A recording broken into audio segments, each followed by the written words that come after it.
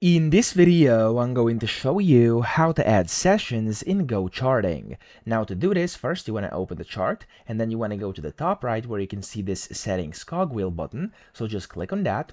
And then from here, you want to go to sessions, which is this tab over here. Then you have two options. The first one is going to be applying a built-in session. So you can just click on this drop down over here. And as you can see, it has built-in trading session hours for major global markets. Okay, so we can just select whichever one you want. For example, if I do US stocks, I can select it and then just click on apply group. And as you can see here in the back on my chart, the sessions have been applied. So that's the first way to do it. But of course, if you want to create custom sessions, you can click on add new group over here. And then you can give it a group name. I'm going to name this one tutorial right now. Select your time zone and click on add new session.